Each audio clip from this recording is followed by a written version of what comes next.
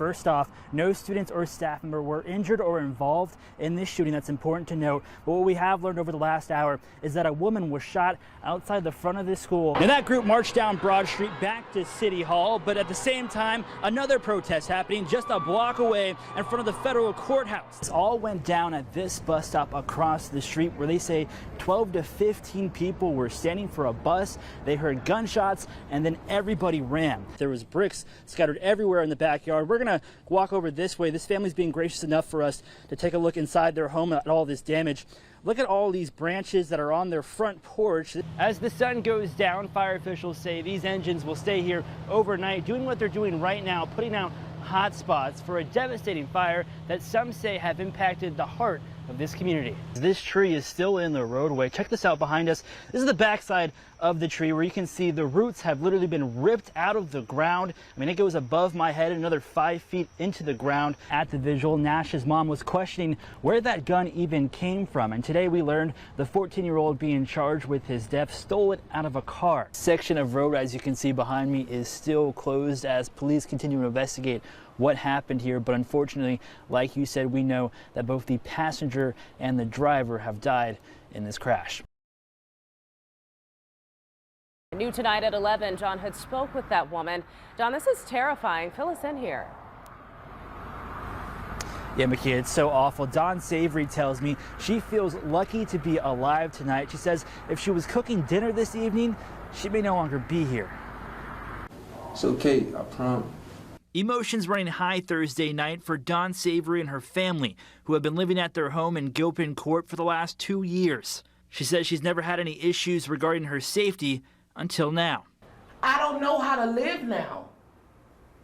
I don't know how to live now. I don't know which way I'm going to go. This has never happened to me before. Around 5 o'clock, Savory says she was upstairs taking care of her disabled father. She says she was about to head downstairs to make him dinner. That's when something in her head told her just to wait. All of a sudden, I hear bow, bow, bow, bow, bow. So I didn't even come downstairs. I looked out my top window in my room. And when I looked out the window, all I saw was kids running.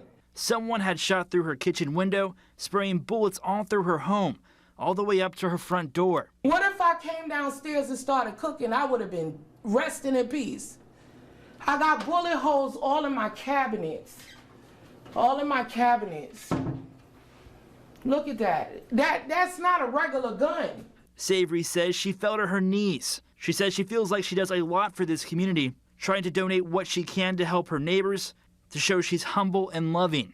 It's words she placed onto her walls that were nearly disintegrated by bullet holes. This, I want to be able to continue to see those words without seeing this, holes in my wall. Savory says after police left, she doesn't feel safe anymore and is asking the city for help to stop these senseless shootings from happening. So something has to be done, because these people cannot keep going around just feeling like they could just shoot whoever they want to shoot. That's not right. If you know anything, please call Crime Stoppers at 804-780-1000. Live on your side tonight in Richmond, John Hood, NBC 12 News. Quite just yet, but time may be running out to check out this mural in Jackson Ward because the city's looking to have it removed. The homeowner tells me something he tried doing to spruce up this alleyway may cost him nearly $20,000. It seemed like a win-win solution, you know, right here in the Arts District. Joshua Shaheen says that win has been feeling more like a big L ever since the city of Richmond notified him the mural on the side of his house was a violation. And you know, it was nothing ever I had to sign when purchasing the house or anything like that, so I was really none the wiser. Back in November, Shaheen allowed a Swiss artist known as Bust Art and local artist Nils to transform the side of his home into a life-size piece of art. Shaheen says he only had to rent a scissor lift to be one of the 3 unique murals in the United States. Brooklyn, New York, Richmond, Virginia, and Miami, Florida. But because Shaheen did not get prior approval from the city, he's been asked to remove it since he lives in a historic district. Well, that's what this decision is now. Now knowing that the paint can't be removed, what do we do?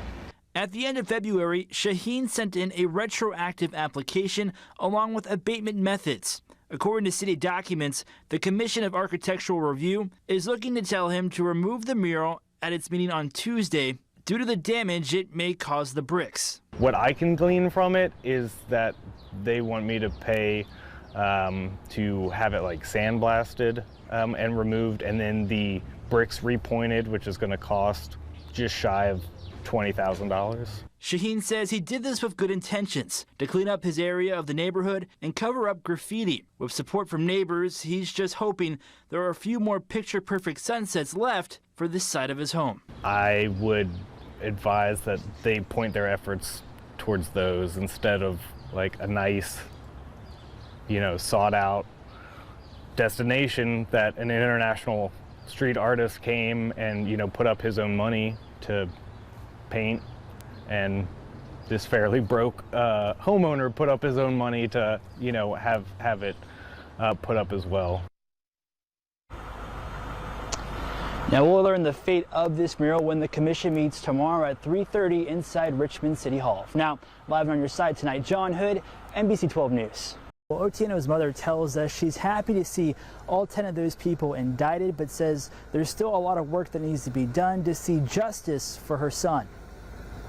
That we allowed you, his family allowed you to watch that because we want you to feel exactly what we feel as a family. The family of Ivo Otieno emotionally distraught and speaking out after video released on Tuesday showing the final moments of Otieno's life. One video from inside the Henrico jail on March 6 shows deputies surrounding Otieno's cell. Then there's some type of commotion. The prosecutor says Otieno was handcuffed. On the video, she says you see a deputy pepper spray him through the door slot. 6 sheriff deputies then enter the cell, and as described by the Dinwiddie County Commonwealth's attorney, blows are allegedly delivered to Otieno. Nearly 15 minutes later, he is carried out in handcuffs and loaded into an SUV to drive him to Central State Hospital. From there, the other video takes us inside that room at Central State, where more than a dozen people surround Otieno, who is handcuffed and shackled at the legs. Video shows deputies on top of him. They say he was combative and refusing to comply. After trying to restrain Otieno for a long period of time, video then shows him no longer moving and deputies searching for a pulse. Family attorney Benjamin Crump says some deputies put their knee on Otieno's neck for more than 11 minutes. Can you imagine the agony that Ivo was enduring while all those seconds added up to minutes? State leaders commented on the video, including Governor Glenn Youngkin, who said in a statement, quote, "After watching the video online, my heart grieves for Mr. Otieno and his family at their loss. This is a gut-wrenching reminder that significant changes are needed in our behavioral health system." Otieno's family says they want to see that change happen. Our governor, what you said about our family, if you really do empathize and you feel what we feel, do something. Do something. Let your state be an example for the rest of the country and the rest of the world. A grand jury on Tuesday also indicted all 10 people charged with Otieno's death. Those 10 monsters, those 10 criminals, I was happy to hear that they were indicted. But Otieno's mother says they are still on a long road to justice. With young people who are going through mental distress and the world behind me, we will achieve justice for Ivo Otieno. Now, the family is still in talks on funeral arrangements. They say they're trying to make sure Otieno's family from Kenya make it to the service. Ben Crump says more information will be released tomorrow. For now, on your side, John Hood, NBC 12 News.